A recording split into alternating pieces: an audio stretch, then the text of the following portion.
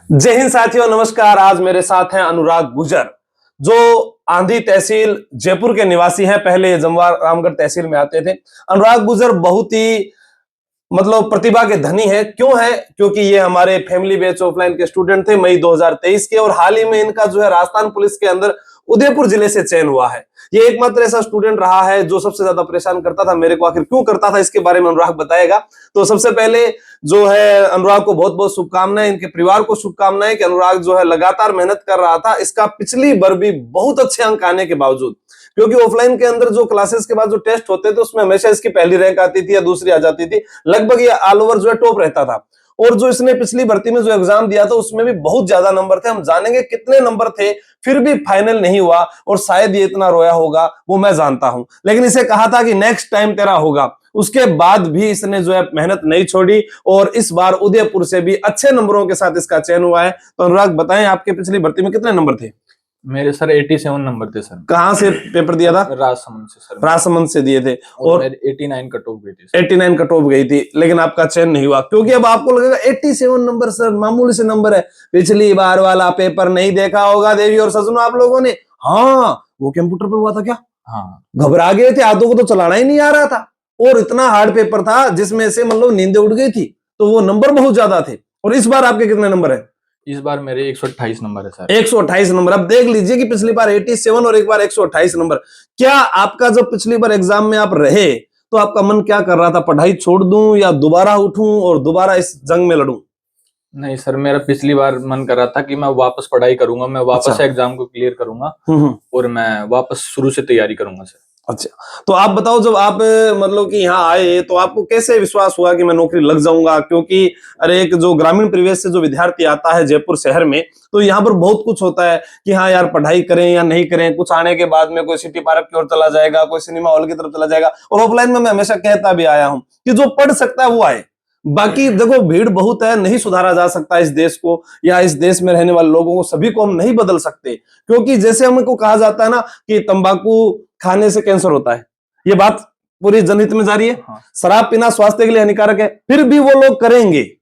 हमें पता है कि पढ़ाई करनी है, फिर भी ज्यादा वीडियो उनके देखे जाएंगे जिनके हमको नहीं देखने हैं। तो इसका मतलब हम सबको नहीं सुधार सकते। कुछ लोग ऐसे हैं जो इसके लिए तैयार हैं कि हाँ मैं कर सकता हूं। और मैंने देखा है जिनकी परिस्थितियां जो है, जिनकी परिस्थितियों ने उनको मतलब कि हालातों ने मजबूर किया है, वही विद्यार्थी आगे बढ़कर आगे निकलता है। तो अनुराग आप बताएं, आपकी पढ़ाई की जो रणनीति थी वो कैसी रही, और आपने कैसे जो है उदयपुर पुलिस से सिलेक्शन लिया, और क्या कहना चाहेंगे आपकी आज की जो युवा पीढ़ी है? क्योंकि आज आप उस भीड़ से अलग हो गए।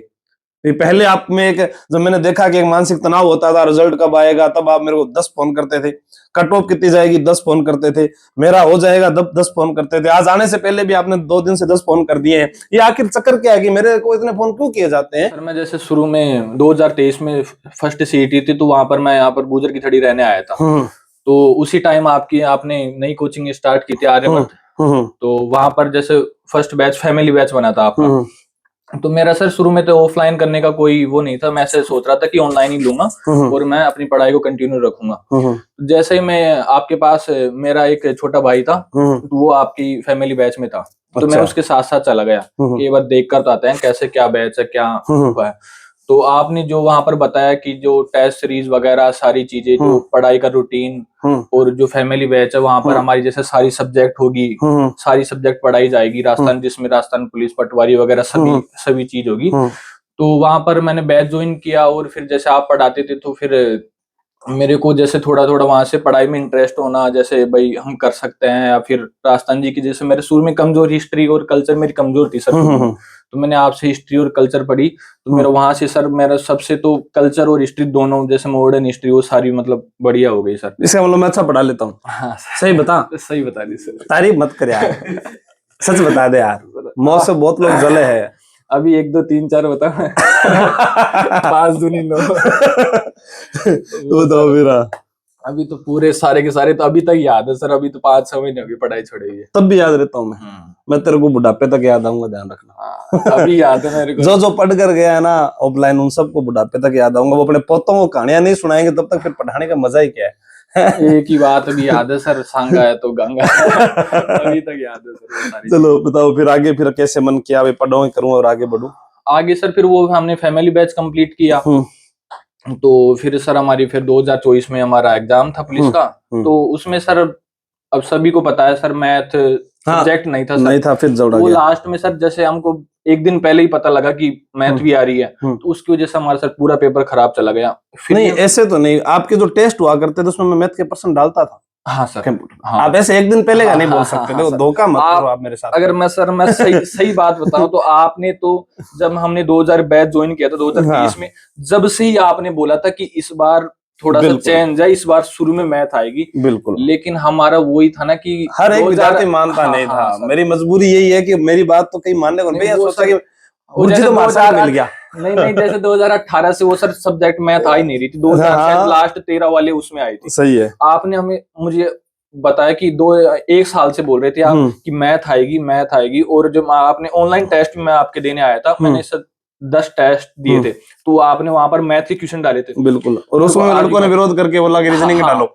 फिर उसमें जैसे ऐसा भी हुआ था मेरे को, जैसे 3-4 आपने टेस्ट मैथ में डाल दिए थे क्वेश्चन, तो लड़कों ने विरोध किया। फिर बाद में आपने थोड़ा जैसे रीजनिंग की ज्यादा क्वेश्चन देना स्टार्ट किया था। पता है, मैं सब जानता हूँ ना, फिर मैं सोचूं भाई ये डॉक्टर बन गया, मैं क्यों बनूं।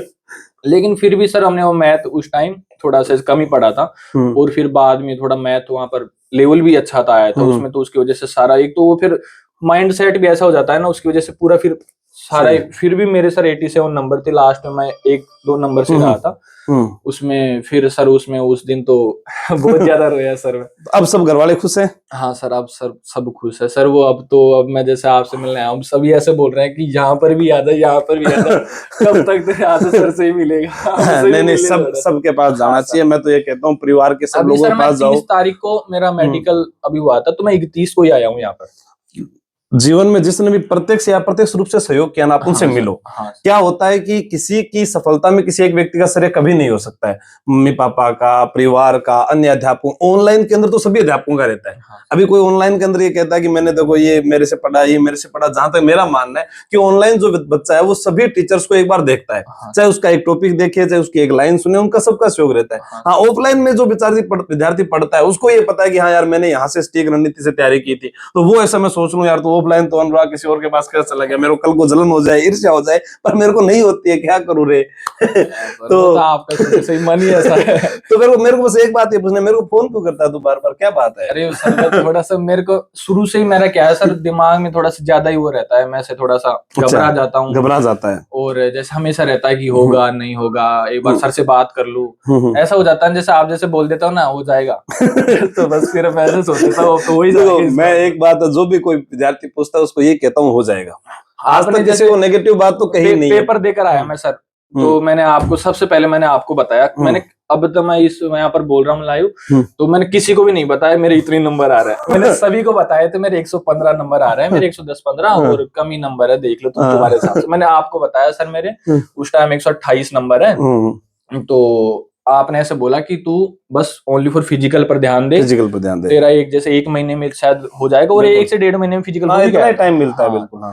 तो उस टाइम सर मैंने फिजिकल पर ही ध्यान दिया था, और आपका जैसा आपके बताने से सर मैं फिर पूरा ही फिजिकल की तरफ ही करने लग गया। नहीं वो तो शुरू से ही मैंने कह दिया फिजिकल करो आप। देखो हमारा क्या होता है, 5 गुना में नाम आया, अब अंतिम रूप में नाम आए या ना आए ये ईश्वर जाने और हमारी मेहनत जाने, क्योंकि ये पहली बार में नहीं होता। हर कोई चाहता है कि पहली बार में कर दूं यार। लोग यूपीएससी के पता नहीं कितने अटेम्प्ट रहते हैं, वो भी बेचारे बार-बार फेल होते हैं। मतलब खुद का मेरा दोस्त था, तो उसका जैसे यहाँ पर हो गया था, इसमें 12 से हुआ था उसका, तो वो ऐसे बोल रहा है कि मेरे नंबर कम है तो मैं फिजिकल करूँ या नहीं करूँ। तो मैंने उसको एक ही बात बोली थी कि जैसे पिछली बार भी हमने फिजिकल किया था, एग्जाम किया था, लास्ट में रह गए थे, तू कम से कम तेरे हाथ में मतलब फिजिकल है, क्या पता इस बार किस्मत का क्या हो, कि क्या पता कट ऑफ कम चली जाए 12 से। जिलों का सभी जिलों का अलग अलग होता है इसमें। फिर भी मेरे कहने से उसने फिजिकल किया, उसके अंतिम रूप से चयन उसका नहीं हुआ, लेकिन फिर भी उसको थोड़ा एक्सपीरियंस हुआ, फिजिकल जाने का पता चलता है, डर खुलता है, डॉक्यूमेंट्स का डर खुलता है, सारी चीजों को वहां पर गया। और फिटनेस भी, चलो कुछ भी नहीं हो तो फिटनेस, सारी चीजें बस वो है। नेक्स्ट टाइम हो जाएगा उसका भी मैं करता हूँ। आपका जो भाई आपके साथ आया था, आपने बताया ऑफलाइन के अंदर, उसका क्या हुआ? वो सर अभी भी तैयारी कर रहा है। वो है खट्टा बिन कुट्टू में। बता मन। वो सर उसका थोड़ा सा ऐसा ही है, वो तैयारी कर रहा है अभी। ऐसा वो क्या क्यों उसकी है? सर उसकी थोड़ी अभी उम्र कम है सर उसकी। अच्छा, मतलब नादान है। हाँ नादान है वो सर। मतलब कोई फोन पर ज्यादा बात करे? नहीं फोन पर ज्यादा बात नहीं करता सर, वो उसकी अभी 19 नहीं, वो 20। कहीं वो शायरी बोलता हो कि हम तो बुरे हैं, बदनाम थोड़ी हैं, है ये उनकी आंखें हैं, कोई जाम थोड़ी है, और मैं उसके इशारों पर नाचूं, मैं कोई उसका गुलाम थोड़ी हूँ, क्या ऐसे करता है क्या वो? शायर शायर तो नहीं है सर, तो आपसे फिर आपसे मैं सर क्या जब बताऊं? आपका हमसे बड़ा तो सर शायर को।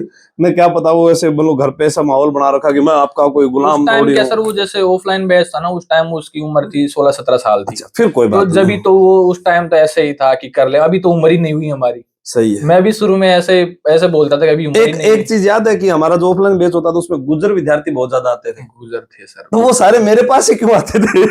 वो सर ये तो आपको ही आप ही बताओ सर, ये तो आपके पास क्यों मैं आते नहीं, आपके कोई माहौल है क्या गांव में या कहीं पर भी 5 7 10 गुजर भाई इकट्ठे होते हैं मेरे पास चले आते हैं, इसका चक्कर क्या है? या डॉक्टर किरोड़ी सिंह बेसला जी जो थे उन्होंने कह दिया कि एक आध दिन आंसू आएगा और वो आपका सहयोग करेगा? एक तो सर जैसे ऐसा होता है कि जैसे हमारा कभी भी पुलिस की ऐसी जैसे वैकेंसी की बात होती है तो गुजर हमेशा आगे ही सबसे ज्यादा रहता है। हाँ। और जहां पर पुलिस की बात और वहां पर आपकी बात नहीं है तो हाँ, ये भी है, सही है। ये भी है ना, तो उसमें थोड़ा नहीं, मेरे जैसे मैंने जो ऐसा ही बेस स्टार्ट किया था पटवार का, जो मैंने देखा, या पता नहीं जयपुर में जो विद्यार्थी आ रहे हैं आज के समय, जो है बाहर से जो आ रहे हैं लगभग, उसमें आपका जो है पढ़ाई को लेकर जो आज तक जो रुझान है ना, वो गुजर समाज तो में सर है, वो या तो वो आपके जो अरे रहे हैं बेसला साहब, जो उन्होंने जो बात कही थी कि चाहे भूखे रह जाओ, चाहे कुछ भी कर लो, पर बच्चों को पढ़ाओ, तो ये तो सर ये हम अगर सही बात तो ये है सर, ये पूरे हमारे सर कर्नल किरोड़ी सिंह बैंसला उनकी बिल्कुल वजह से पूरा काम ये हुआ है। बिल्कुल बिल्कुल। उनसे पहले हमारा सर, हमारे जो समाज में पढ़ाई का थोड़ा ऐसा कम था और बाकी जैसे उनमें ज्यादा था, तो उनकी वजह से उन्होंने कहा कि हमारा समाज बस पढ़ाई में आगे रहेगा और बाकी चीजों में कम रहेगा, तो वो है, तो इस उनकी वजह से हमने राजस्थान में जो अभी जो जितने नहीं, मैं सिलेक्शन ये हो रहे मानता हैं, हूँ कि एक व्यक्ति था जिसने आपके समाज को और आप बदल वो दिया, सर क्योंकि उनको हमारे सही लिए दिशा और तो दशा बदल देते हमारे हैं। लिए तो पढ़ने वाले लड़कों के लिए तो देवता से बराबर, बिल्कुल देवता बिल्कुल। बराबर। मैं कल एक वो मूवी देख के आया था 21, अभी आई है नहीं, हाँ उसमें डॉक्टर कर्नल हनून सिंह जो अरे जसोल बाड़मेर के थे, हाँ परमवीर चक्र से सम्मानित वो थे, मैंने सर तो पढ़ा है। उसके अंदर क्या था कि उनको लोग हंटी के नाम से जानते थे हाँ और उनको लोग गुरुदेव कहा करते थे। एक व्यक्ति थे जिन्होंने कई लोगों को ट्रेंड किया, कुछ लोगों को जीवन को बदला। 1971 का जो वार हुआ था उसके अंदर उनकी भूमिका जो अहम रही, या मतलब कि अपने कहें तो वैसे ही कर्नल सिंह जो बैंसला, डॉक्टर कर्नल किरोड़ी सिंह जो बैंसला थे, उन्होंने एक सपना देखा था और मुझे लगता है कि वो सपना साकार हो रहा है। हाँ सर घर घर के अंदर वो दिए जल रहे हैं। मैं तो कहता हूं कि आप दीपावली पर दिया जलाते हो, एक दिया उनके नाम का भी जलाना चाहिए समाज हाँ को, और हमेशा अरे अपने लोगों को कहना चाहिए कि हमें आगे बढ़ने का जो अवसर मिला है उसको हम कभी भी मतलब गवाएं नहीं, क्योंकि ये उम्र है, इस उम्र में जो है भटकाव भी आते हैं, इस उम्र में नए नए ख्यालात भी आते हैं, और असफलता आपको पीछे ले जाने के लिए धकेलती भी है। उस समय आपको आगे आना है और उनसे प्रेरित होना है कि वो हमारे लिए पूरी दुनिया से लड़ गए, तो हमको तो सिर्फ एक एग्जाम से लड़ना है। हाँ सर, जैसे अभी अब उदयपुर ही है, तो उदयपुर में सर हमारी 20 से 22 सीटें थी गुजरों की सर, गर्ल्स वगैरह बॉयज वगैरह मिला के, वहां से 59 लड़कों का सिलेक्शन हुआ है सर, उदयपुर से। और मेरे को तो ऐसा लगता है सर जैसे 10,000 में से ज्यादा नहीं तो 1 से 1500 से गुजर है सर इसमें से। चलो फिर देवधनी दरबार की जय हो, और अनुराग को बहुत बहुत शुभकामनाएं, आगे बढ़ता रहे और आगे सब इंस्पेक्टर या आगे की तैयारी हमेशा करता रहे, और थैंक यू।